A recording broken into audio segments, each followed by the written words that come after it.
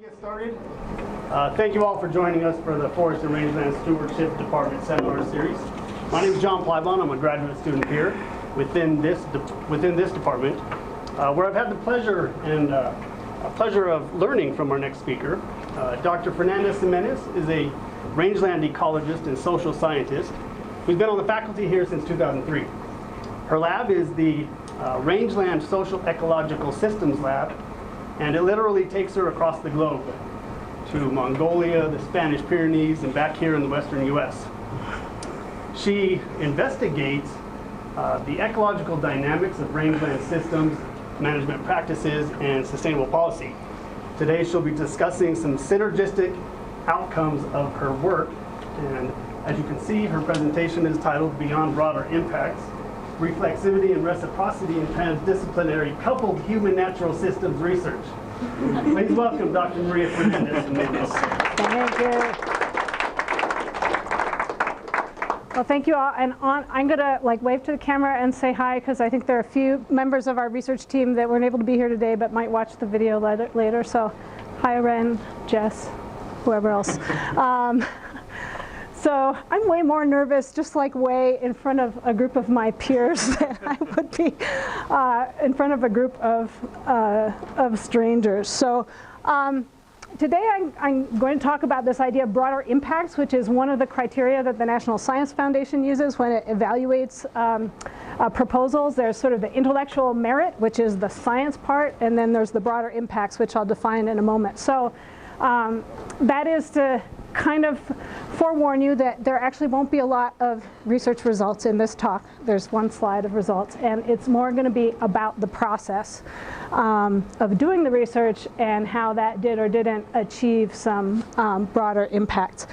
And I guess a disclaimer is that I put together this talk. It reflects my perceptions and understanding of the project. I drew on the work of some of our team members, but I want to acknowledge all of our Mongolian Rangelands and Resilience. That's the MORE2 team members, and we'll be talking a lot about the team and the team dynamics. And so this is my learning as a result of our collective process, none of which would have been possible without all of them. So I'm going to talk a few definitions up front, because some of this terminology might be a little new, and then give a little bit of context for the project, why it arose and how it arose, and then really just tell the story of this project, which has dominated my life for the past decade, and then just close with some reflections. So broader impacts, so this is the way the National Science Foundation defines it, are potential to benefit society or advance desired societal outcomes. And supposedly National Science Foundation gives kind of equal weight to this and intellectual merit when they're evaluating proposals. And typically, here's a list of some of the things that those broader impacts might include: participation of women, underrepresented groups, people with disabilities in science, technology, engineering, and math, increased scientific literacy in the public, improved well-being in society, diverse competitive workforce, etc. But that's a nice list, but what it usually means is graduate education. That's the majority of broader impacts are recruitment and training of graduate students and undergraduates. So that's the target audience for most proposals. Some extend to K through 12. Maybe 12% to the general public, but who I like to think our audience in our department, Forest and Rangeland Stewardship, often are the managers and the policymakers, really are seldom included in the broader impacts, at least up front, anticipating that. So what's not typical is this idea of what we call participatory research, and now increasingly is being called transdisciplinary research. But I think what we call transdisciplinary now really has its roots in a much longer tradition of participatory research. The idea that people with a direct interest in the outcome of the research participate in the research process. And that can involve a continuum from minimal participation, just enlisting people to help collect the data, for example, like many citizen science projects do, to participation in more substantive aspects, actually in framing the research question, designing the project, helping to analyze or interpret the data. So some authors have talked about this as a gradient from kind of functional participation to empowering or transformative participation. So before the word transdisciplinarity sort of came on the scene, this is sort of what I was trained in and the kind of work I tried to do at least some of the time. Hard to do all the time. Let's see, oops, I went the wrong way. So transdisciplinarity, I looked for like a textbook or quote definition, and the issue is that it is an emerging field and the definitions really varied. I don't think there is a standard and accepted definition yet, but it's moved from, when I first arrived here, I was asked to go up to the University of Wyoming and give a talk in a seminar themed transdisciplinarity, and at that time when I looked up what it meant and I designed my talk, it really meant going beyond interdisciplinarity across the disciplines, where you're integrating across disciplines, to actually sort of dissolving those boundaries and creating some new hybrid science that would be emergent from that, distinct from disciplinary or even integrated interdisciplinary work. It's now expanded, I would say.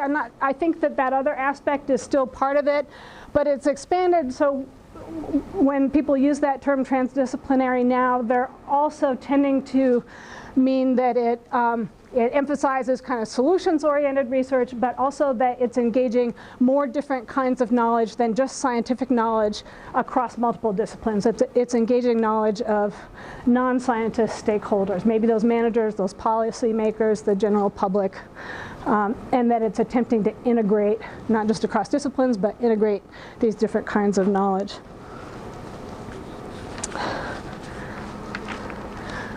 Well, I keep pressing the wrong button here. So reflexivity.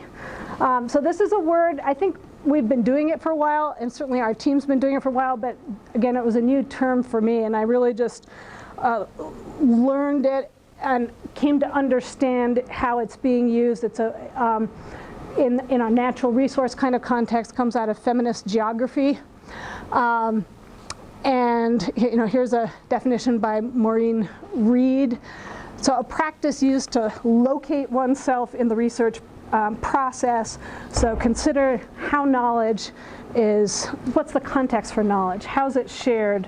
And what are the power dynamics around that? And so the implications for that in a practical context are to understand your positionality.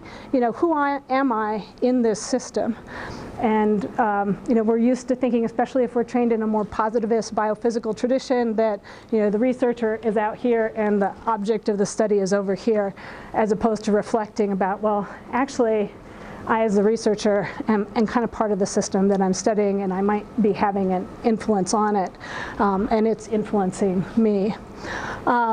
It also refers to this deliberately and as a group reflecting on your process, the team dynamics and progress, and engaging the broader community. So those non-scientist stakeholders who you're hoping to benefit in some reflection about what the research means for them. Let's see, am I going to hit the right button now or the wrong one? Okay. So reciprocity is this relationship where goods, services, or favors are exchanged. So this idea of you give me something and I'll give you something back, but it's not necessarily a direct or balanced exchange. And often it's sort of this kind of generalized reciprocity or trust that, my neighbor asks to borrow the hammer and I give him the hammer, and next time, I'll feel like I can go over there and ask for the saw or something. So it's that idea of reciprocity. And in a research context, one really important part of that for my lab and for this project was making sure that the research results went back to the people who participated in them, who were asked questions, who were brought together to share their knowledge with us, and that it's accessible, understandable, and useful to them. But also it can refer to sort of reciprocity between disciplines within a team and between individuals within a team, and that sort of teaching and learning among different participants. But what it doesn't imply is that these exchanges are necessarily balanced or fair. So just because you have reciprocity doesn't mean you have equity in any situation. So, whoops. Okay. All right. Done with the definitions. On to the story.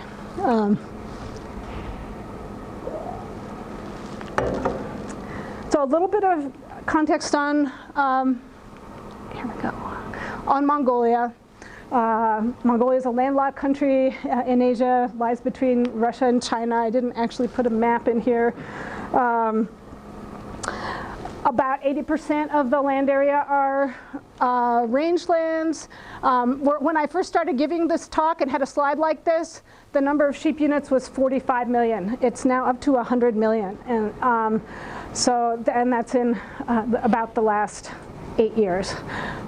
So the number of livestock is really increasing dramatically.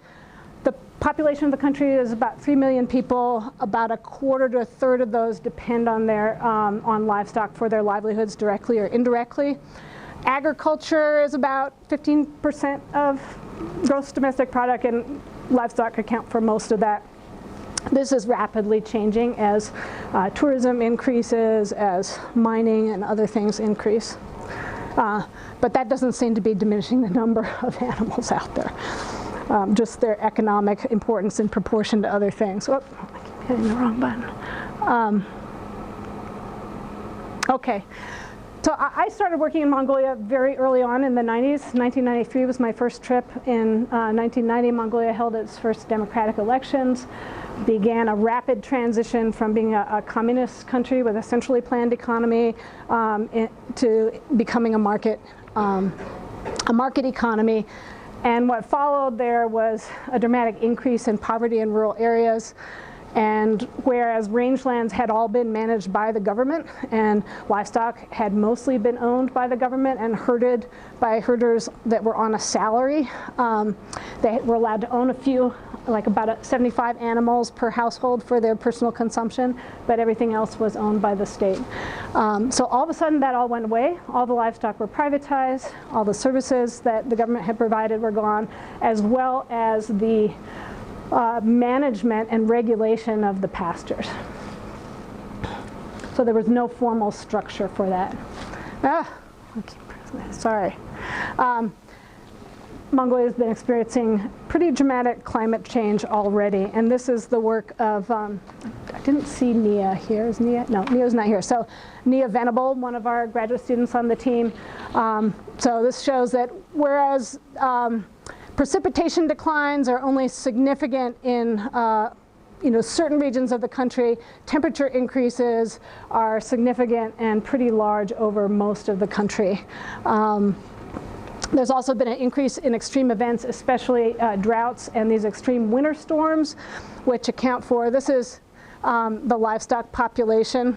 It accounts for these big mortality events in the livestock population. Okay, why can I not get this right? I did it, okay. So those combined factors, the increase in livestock, increase in climate change, drier conditions, more extreme events, more livestock mortality, and also increasing poverty, all led to some real concerns about the sustainability of the system from both social and ecological perspectives. And since the government didn't have the wherewithal to really address this, a number of external actors stepped in. So donor organizations, international donors like the World Bank, the UN Development Program, the Swiss Agency for Development Cooperation, and NGOs like the Wildlife Conservation Society, and many others, to begin to work at literally the grassroots level with herders to help them organize into groups to self-regulate their pasture use, to prepare together for disasters, to market their livestock cooperatively, to try to simultaneously address these twin problems of increasing degradation, or the perception of increasing degradation, and poverty. And so this created this opportunity, this kind of natural social experiment at a countrywide scale, to go in and try to understand whether these formally organized groups were actually effective at achieving those objectives or not, and do it in a rigorous way across different ecological contexts. And that's something that had never been done before in a rangeland system. But I hit the wrong one again. Okay, so this is just to say that this project was a large collaborative project that involved multiple institutions, although CSU was the primary institution. We also collaborated with Texas A&M here in the US, but multiple Mongolian institutions, research institutions, and NGOs. And now I'm going to tell kind of the story of how this came about, and then kind of reflect on, did we meet those criteria of transdisciplinarity and of reflexivity and reciprocity, and how did we try to do it, whether or not we actually achieved it. I guess my perception is that I'm not sure we achieved it, but we sure tried hard, maybe more than anyone in an NSF project like this has done before. But it started way before we got that grant. And it started with a small seed grant from actually the Warner College, and then a little bit more money that we were able to get out of various other sponsors, to take a group of faculty, some who had never been to Mongolia, in 2008, and bring together all these players for a week-long meeting and discussion to decide if there was a need for this project, and if so, how to go about it. So in this workshop, there over 100 individuals participated. Not all of them stayed the whole time, but over a week-long period. And it included, yes, it included lots of researchers, Mongolian and international, and research and educational organizations, but also these practitioners, the conservation organizations, the development organizations, the government agencies, and some of these ones that were already sponsoring these community-based groups then sponsored members of those groups to come to this meeting. So out of those 100 individuals, there were about 15 or 20 herders that came and participated in this process together with the other practitioners and policymakers. I'm going to kind of flip through this quickly, but we started with a field tour. This was primarily more for the Mongolian and US researchers to get to know each other and to visit some of these groups on the ground. And then we did kind of more of a traditional conference, State of the Science, about rangelands and community-based management in Mongolia and globally. And we did it in such a way that we were kind of switching off. The US folks would present a global perspective, and the counterpart Mongolian scientists would present the state of the science from the Mongolian perspective. And then we moved from there to developing research questions, conceptual model, hypotheses, research design. So this was all done in this week-long meeting, and I just love some of these pictures because in this number 3, the woman writing and facilitating is one of our former PhD students, Batishig Baival. And those 2 gentlemen there, one's dressed in a suit and one's dressed in traditional Mongolian garb, but they're both herders. And they're both engaging in this process very avidly. And then here's Boyan Hishig in his suit again, with Stephen Fosnak, some of you might know him, and then Bapoyan Bachav, who's one of our core team members from Mongolia, coming up with hypotheses.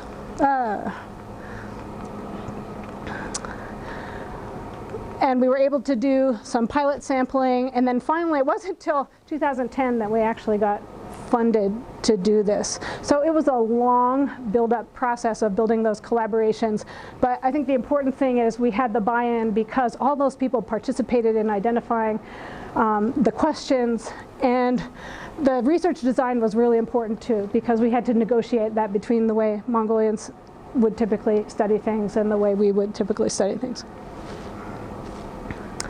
So here's our whole team at the kickoff meeting in 2011.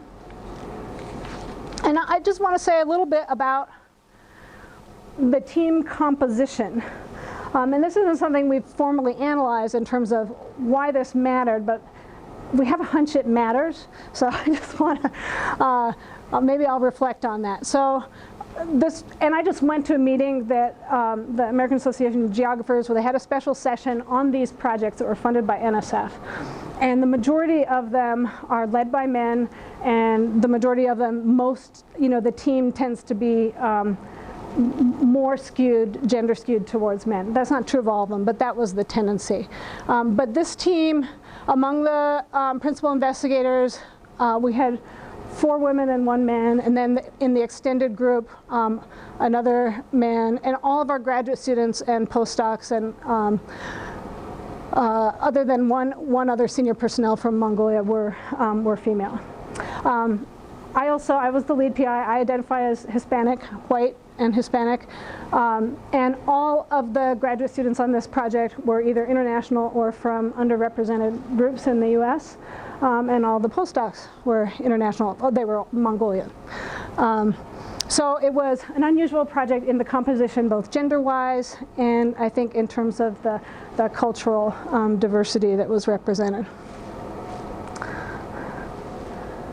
And in terms of our disciplinary composition, we had, among the PIs, we had someone who was strongly physical science, someone who was primarily ecology, someone who was primarily social science. I identify in this box as being both, and then we had another person who was both physical and social. And it'd be interesting to actually see if the other members of the project, where they would put themselves. This was my attribution, and it might not be totally correct, especially after the project. This might be where we thought we were before. We might have ended up in a different place. So these were our overarching objectives.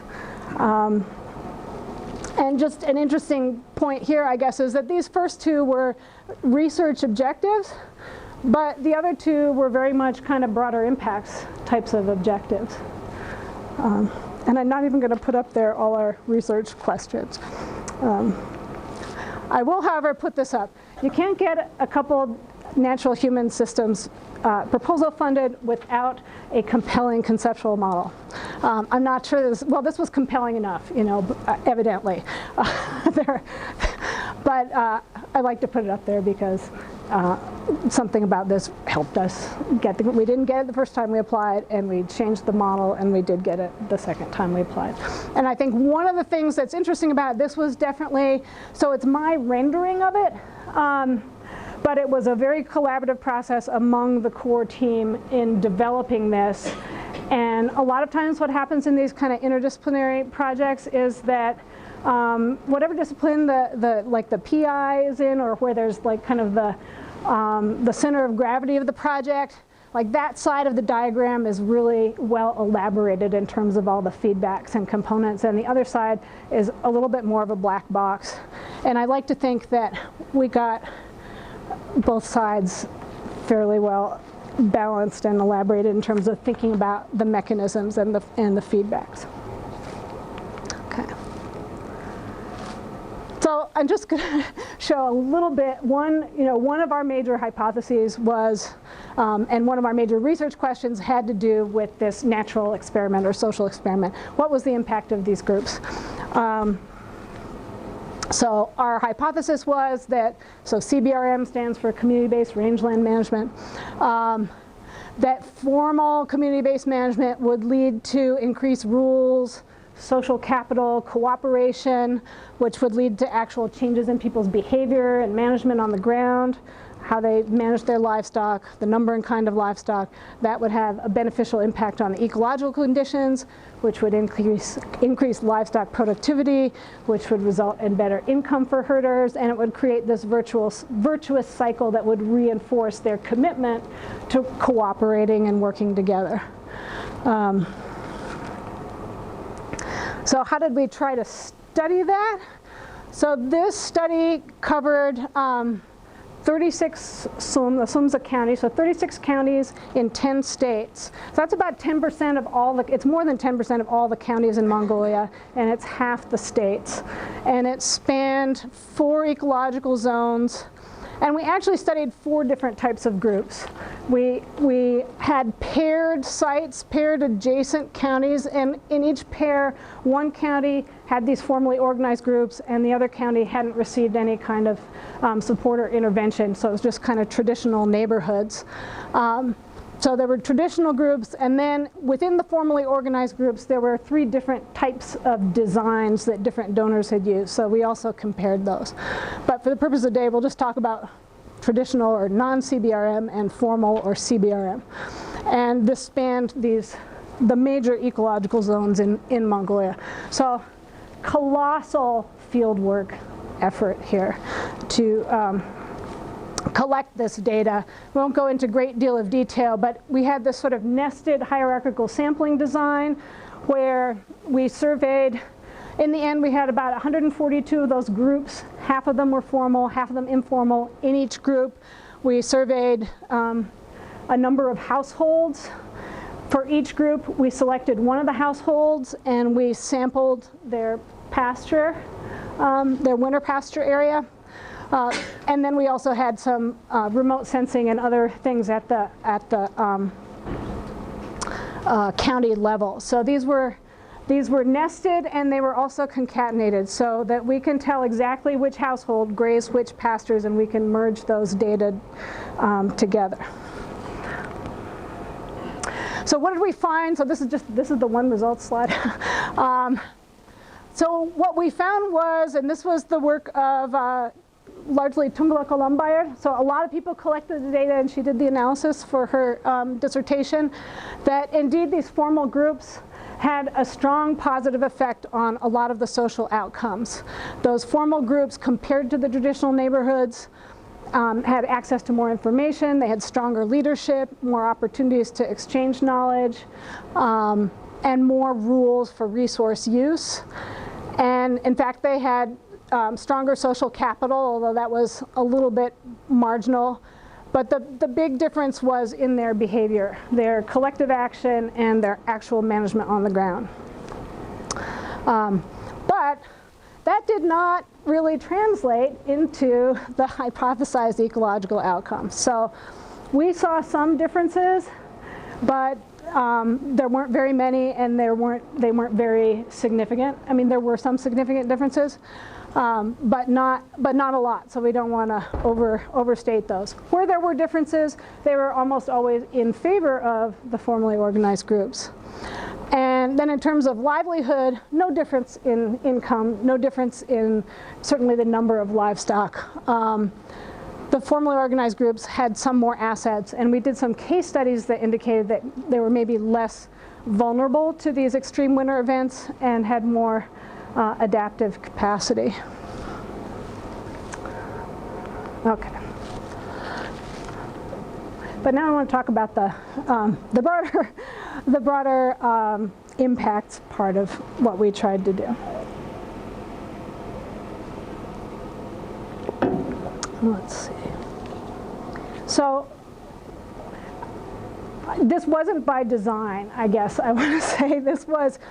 These things sort of emerged as we went, largely due to the reflexive process where we negotiated and had certain different realizations along the way. And it'll be a little bit of maybe not a linear narrative here about how it unfolded. But at some moment I think it was actually during Aren's dissertation defense, I had an aha moment about how this had worked across all these different scales at which we were collecting data and then attempting to re-engage with people. So our core team, reflexivity and reciprocity within our core team. So that this was partially by design. We had a social scientist on the team, Jessica Thompson, in Human Dimensions of Natural Resources, who her area of study was the science of teams, of interdisciplinary teams. And we deliberately, invited her to participate in this project to kind of help us manage the team and also to study our dynamics. She ended up moving to, I can't say greener pastures, but maybe greener forests in northern Michigan.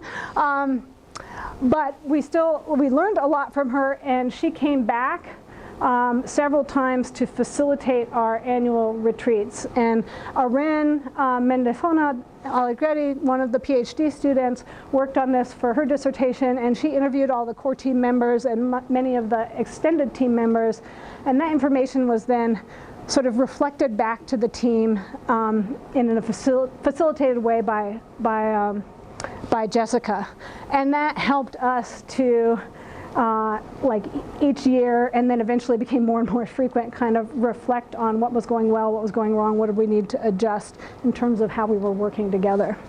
So that was the reflective adaptive process.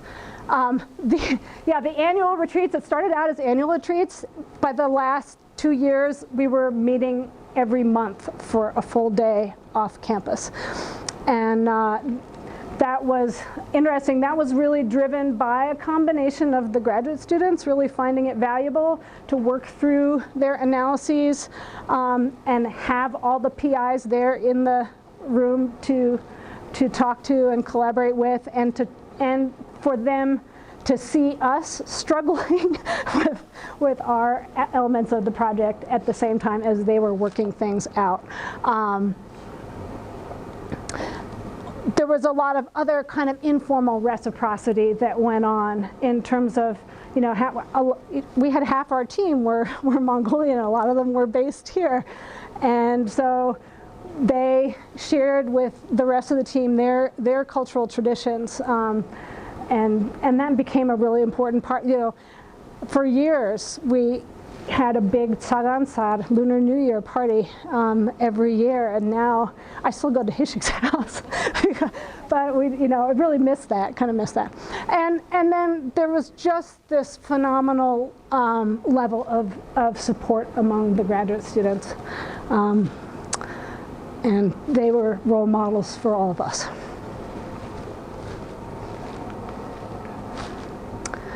So, and then the expanded team, so this involved our Mongolian partners, all the people, the lead PIs from the different research institutes, but really the people who participated and were very committed more continuously were the younger researchers and the students who helped collect a lot of that data. So every year in Mongolia, we would have an annual meeting. We would, sort of do, and usually several days in length.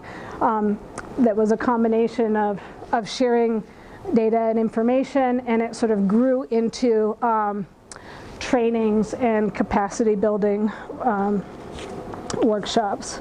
And I think later on I'll talk about what the final culminating annual meeting was like. And so all those young scientists also participated in this training, so that they were trained to collect the data, and we did one extended social science research design and field method training, but the ecological one we did every year for 3 years, and we actually got some additional funding from USAID for that, and it was for our team, but it was also open to other researchers and students. So we typically would have sometimes 30 or 40 people come and learn these methods, and just a subset of those would be going out to the field. Although the 2 years we did a lot of field work, we had 30 plus people out in the field deployed in 3 10-person teams. And so this is where So this is what started to emerge. Our intent from the beginning was to share the data with everybody who participated in designing that project and collecting the data, all those young researchers. But we had some conversations early on about, well, how are we going to do this? What are going to be the criteria? And as we became more familiar with our Mongolian partners and how they did science, we became, so my Western science methodologists had more and more concerned about how they were going to analyze the data and what conclusions they were going to draw and what consequences that could have for policy if the conclusions they drew were due to, in our view, flawed analyses. So we came up with some data sharing and data use protocols that were intended to give everybody fair access, but did require people to write a proposal, a very short proposal, like a one-page proposal.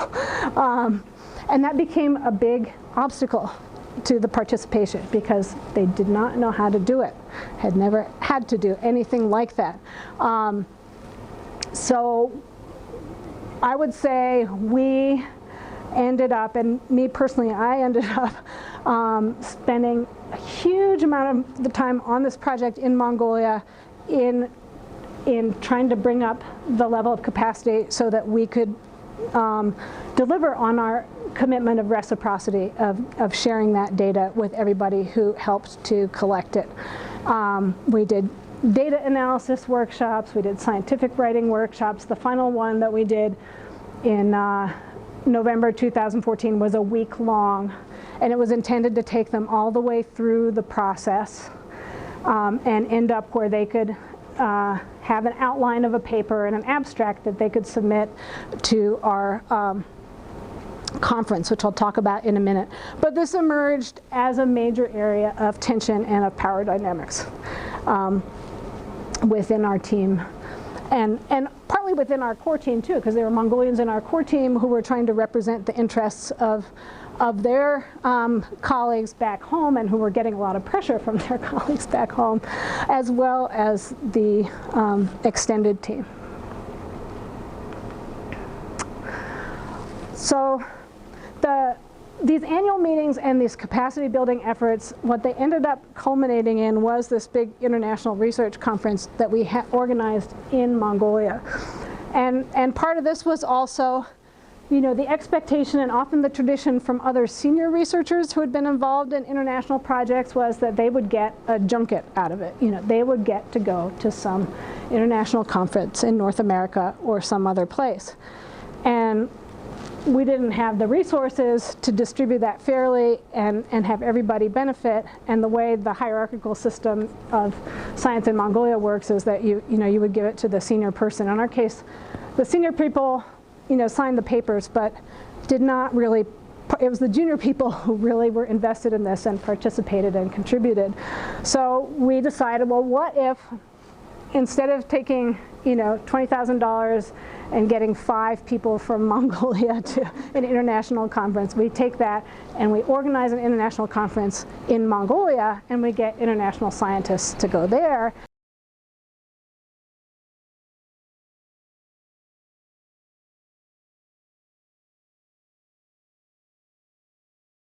For those participants who went through all this capacity building and the workshop, to then submit a paper and go through a peer review process and publish something both in English and Mongolian in this peer-reviewed open access proceedings. So we really tried to take them all the way through the process. Not everybody made it all the way through the process, but a number of them did. And we did student contests. Mongolians are really big on contests, and they really enjoyed that a lot. Okay, so that was sort of reciprocity and broader impacts within the extended research team and reaching out even beyond that to the larger scientific community in Mongolia. And one of the things I was really proud of about that meeting was I had very high ranking scientists from the US come up to us afterwards and say, that was the best conference I've ever been to. And so we were really super proud of that. But then we were faced with this issue of how do we get these data back to these 36 counties spread all over the country. And we tried some different things. We did, not for all the counties, but for many of them, we did tailored fact sheets. So we presented summaries of all their data and compared it to all the other counties in their region. But ultimately, what we decided to do was to do these regional workshops, and we ended up doing 3 of them. We didn't quite get to every county, but the idea was both to ground truth our findings, so present the research results, and see if local people believe them. You know, does this make sense? Does this match your observations? In what ways does it or doesn't it? But also the aim was to see how they could be applied meaningfully. So that was part of that reflexivity part and reciprocity part. How could they make meaning out of this and apply it? So we tried some different ways of doing that, and eventually we hit on doing participatory scenario planning workshops. So the last 2, first workshop we did something different, and the last 2 we did the scenario planning. And that worked really well. I mean, it was a little bit clunky because I had to facilitate, it had to be translated, but it really engaged people, engaged everybody in a discussion. Yeah, well, why did that happen? Oh, I did what you told me not. Oh, my whole computer's shutting down. Okay, that's all right. I'll keep talking here. It does this periodically. When I gave this similar talk at CU, it did the same thing. So, sorry. I'm almost done with this part. So we did those workshops in. So it'll reboot itself here momentarily. And that reached a pretty broad audience, about 150 to 200 people all together. We also, at the national level, we did a policy workshop after that large international conference. And we were also, every year that we went there, we were having sort of one-on-one consultations with key people in the Ministry of Environment and the Ministry of Agriculture. We developed some policy briefs.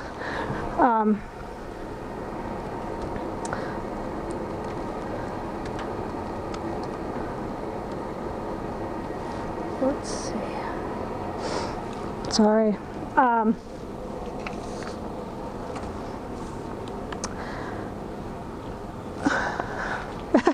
Now you get to see my ugly desktop. I've been very gratified to read some of these papers lately that say if you have a lot of piles in your office or a messy desktop, it's a sign of creativity. So that's oh, go away, go away.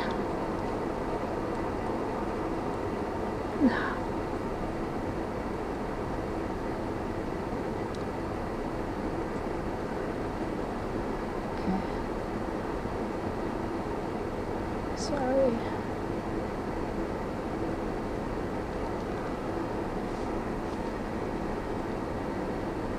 Okay.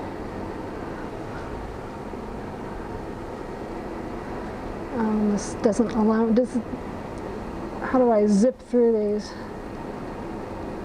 It doesn't do the easy thing. Okay. Can I just go like that? No.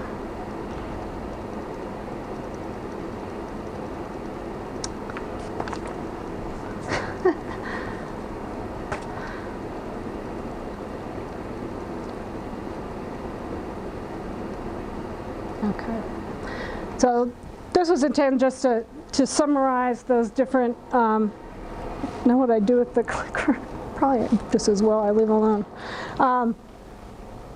The things we attempted to do at these different scales. Okay. And what impacts does this actually have? This is a little bit harder to determine, but we think that it influenced at least how people were discussing the land law at the national level. One pretty pretty sure impact was that one of the major donors, Mercy Corps, which is a US-based NGO, early on in Mongolia's history, they made a big investment in rural banking. Their bank was very successful. They sold it, and they were, right at the time we were finishing, they were looking for how to reinvest that money back into Mongolian communities. And they attended our policy workshop, the conference, and actually they ended up hiring one of our graduate students. And so our findings have had a pretty significant impact on the design of that reinvestment program. Our Mongolian PhDs went back. They're working in the academy and in other places. I think our Mongolian partners did emerge with a different understanding of science. I'm not so sure, I'm not sure how far we got on building, sort of our, the capacity to do our kind of Western science, but they did come away with a different understanding of how that process can work. And when we had sort of our final round robin after the big meeting, one of the things that one of our young scientists said, she had been really profoundly impacted by her participation in the project, and it was because she never realized that science could be collaborative and interdisciplinary, and that she could ask her own questions, and that we could work together. And even though there were power dynamics within our team, it was much less hierarchical than the traditional scientific structure in Mongolia. And so that was really transformative for this younger generation of scientists to participate in a project where, we listened to their input and actually made adjustments to the process as a result. And one of the big adjustments we made was this making sure to deliver all the results back, or making an effort to that. But I think that we also came away with a different understanding of science, and a maybe more critical perspective on our own methods.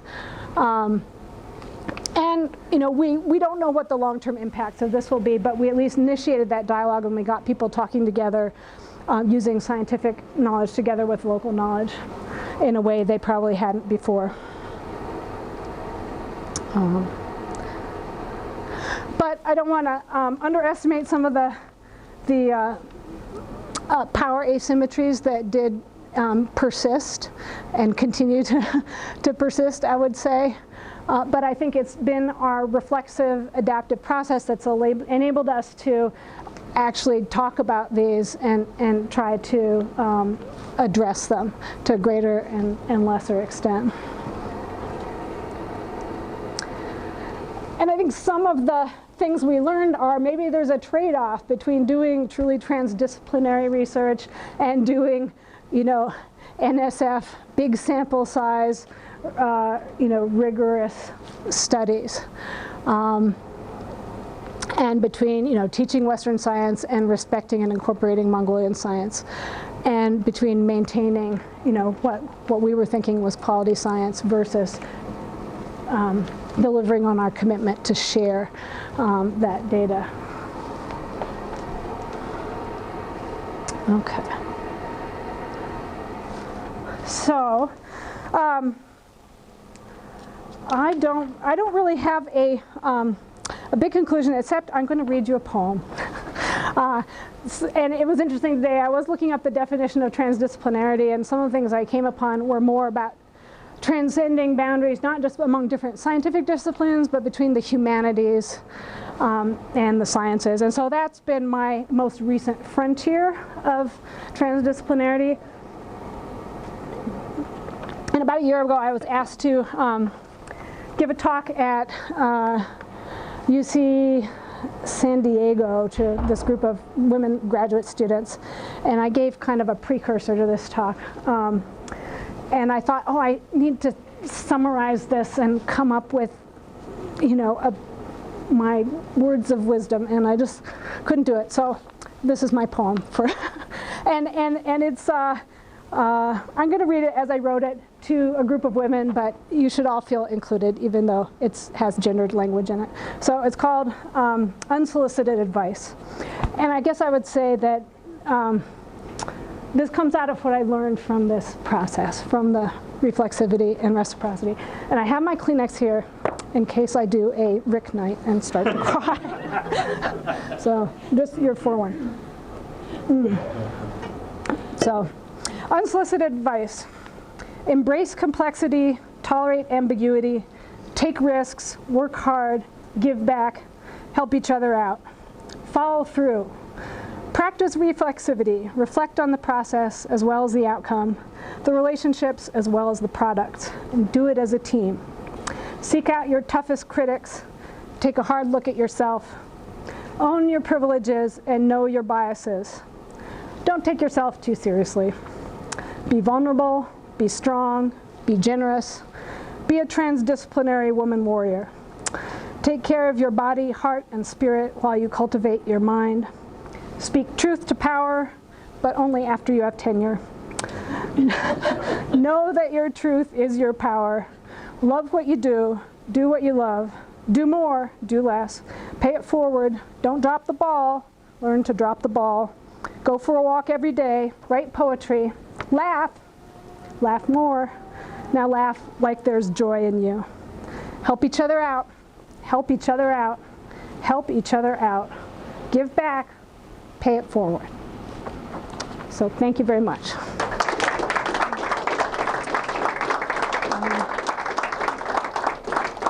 I'm going to just end on some pictures of our team. Any questions? Actually ended with 5 minutes to spare. It's nice to hear about your process. I was wondering if you could be more specific about the difference between the North American neuroscience and the non-North. Like, what were your kind of like? Well, what were they trying to do? it's interesting because Mongolia is in this period of transition from having been a socialist or communist system. And so the senior scientists who head all these institutes and who were like the lead Mongolian collaborators were all trained under that Soviet era system, which means that basically they were trained in Marxist ideology. Hishik can contradict me, feel free to contradict me, but a lot of, basically my, this is going to be a broad generalization, but it's sort of the cartoon version. So the cartoon version is there's a particular ideology that the research needs to support, and you go out and collect data and analyze it so it supports that ideology. Now that ideology is no longer the prevalent ideology, but that process is still there. So it's still this idea of, I think I know what's going on. You know, my hypothesis is a statement of what I think is going on, and I basically go out and collect confirmatory evidence. So the idea of, so that was one big difference, the idea of a testable hypothesis, and you're trying to disprove it, and you want to be as critical as possible.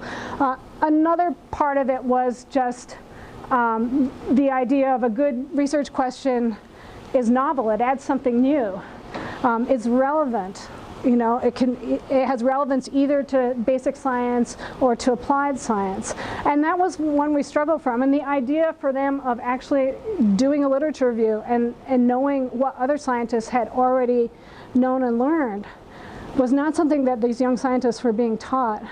And of course, it was also very difficult for them to access and read the international literature in English. Although increasingly they have access to that, and some of them are able to read English. But they didn't even look for the Mongolian science or know where it was or what had already been done. So that was another. So those are two of the big differences. And the third was just sort of the social structure of science and how it gets carried out and the kind of hierarchies there. Other questions? I always have a question. Yeah. I mean, there was so much good stuff on sort of the intentionality of the research design, but just to ask a sort of simple results question on the results you presented, what do you think on timeline of seeing ecological and livelihood-based outcomes versus those more immediate sociological outcomes? Yeah, so I think that's exactly right. I think it's, you know, it takes longer to, you know, for those if they're, if we can see a signal, it might take longer for that signal to emerge. And we need to look now we're in a process of looking at a much finer level at the sort of causal chains, and also at a tighter level, instead of sort of averaging over all the households in a group, just looking at that one household whose pasture we know we measured and see if we get a stronger signal at all. But yeah, absolutely, I think that's probably part of it, for sure. Did the fact you didn't see differences, do you feel like that discouraged the groups that were involved, or did you not see that? I mean, I realize that's It's hard to know, yeah. We would need to go back or look more in depth at the qualitative data and So see. even as you were presenting those results and talking through them, were they kind of like, oh, this was a waste of our time, or did you not see that kind of? No, I don't remember that. Hishik was at some of those workshops. Do you remember? No. Mostly people felt that our